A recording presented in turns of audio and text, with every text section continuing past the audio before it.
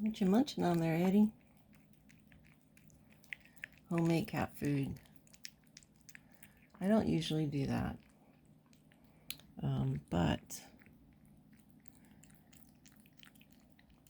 my homeowner's insurance was so expensive for the year that it cleaned out my checkbook. So I went through the freezer and found some chicken that I usually make for the kitties.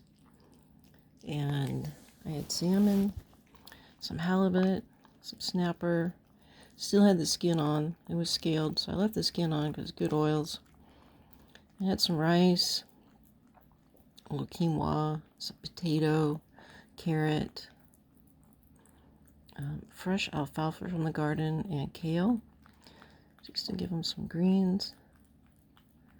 And I added some vitamins to that. Iron, B,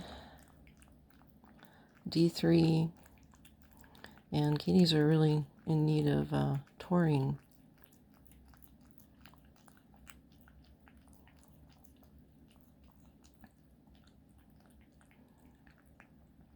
So I doubt I'll do this all the time, but I canned up 5 quarts of it, so that'll be plenty to feed the kitties till the end of the month. And I'll get something. Oh, and I added some olive oil, extra virgin olive oil, and hi, buddy. I know you're such a pretty boy. Of course, sea salt in there for them.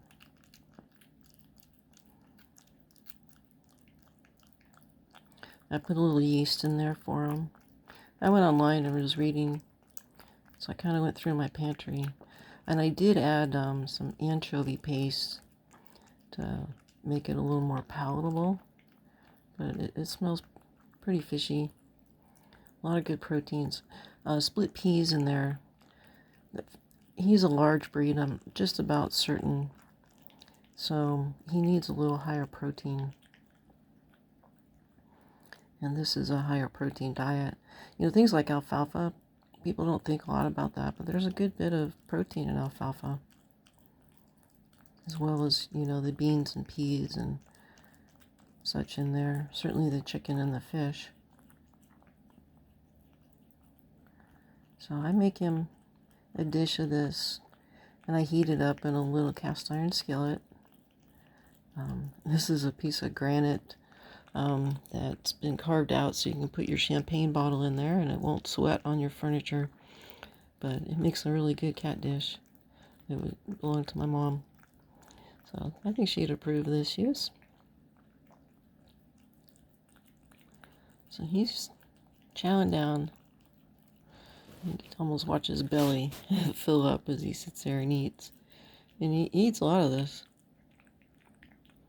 And of course he has free choice kibbles all the time.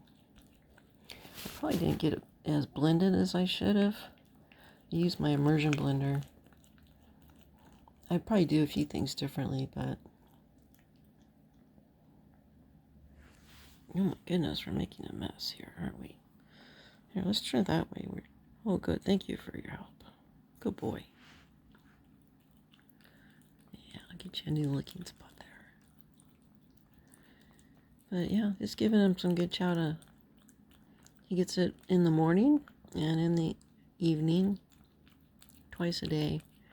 And George is not happy with it, but she's incredibly picky. Incredibly picky. So that's okay. I've got some just chicken cubes still for her. And then what I do is when I open a big jar of this is I put it in ice cube trays and then freeze it. So you don't leave it in the jar open for like more than half a day.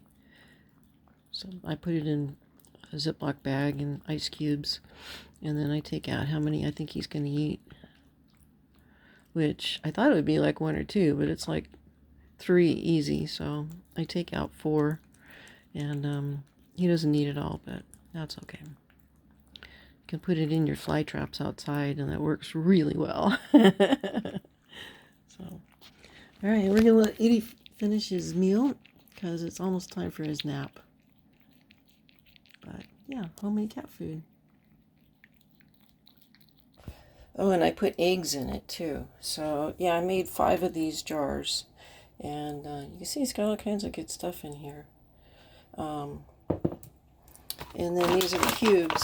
So just put it in an ice cube trays, and now I can pull out a small portion at a time. And it either needs to be like heat canned with a pressure canner, which is what I used as my big pressure canner. And if you haven't canned meats before, this is not the time to experiment on your pet. So if you don't can meats properly and handle them right, you can cause botulism and all kinds of foodborne illnesses that are not nice. So if you don't know what you're doing, don't do it. So once I open a jar, then they all come in here to replenish this bag. And so this jar is only open for like half a day, because the bacteria in there will start to grow and it'll go off immediately. So you don't want to leave cat food open. A lot of people try to open a can, for example, and their cat eats half, and then they're like, well, it's all wasted. So, put it in ice cube tray, and you can fill it, just part way if your cat only eats a little bit, and make small cubes. And that way it's more stable. And then just open your containers frequently so that you're rotating your product. But this is how I do it, is from the jar right into the freezer, and then from there I warm it up in my little miniature cast iron skillet for him. And and I make sure that it's just a little bit too hot when I put it in, because his bowl is marble and it'll absorb a lot of the heat. But I stick my finger in there and stir it around, make sure there's not any hot spots for his tongue. And but you want a little bit of odor coming off, because that makes it a lot more palatable. And he just doesn't want to pay attention because he's so little. He's focused on everything. And like this morning, I made him breakfast. He wouldn't eat it. Just now he wouldn't eat it. So I put some on his paw, and he started licking it, and he goes, that's pretty good. So then he decided he wanted to eat. And so he's hungry now. But yeah, warm it up a little bit for palatability. So yeah, a little bit of homemade cat food. Like I said, I don't know that I would do it again. I'm just in a situation where I needed some right now. I didn't want him to eat just kibbles. So, I'm Deb Girl Deb. Here's an experiment I'm trying. Thanks for watching.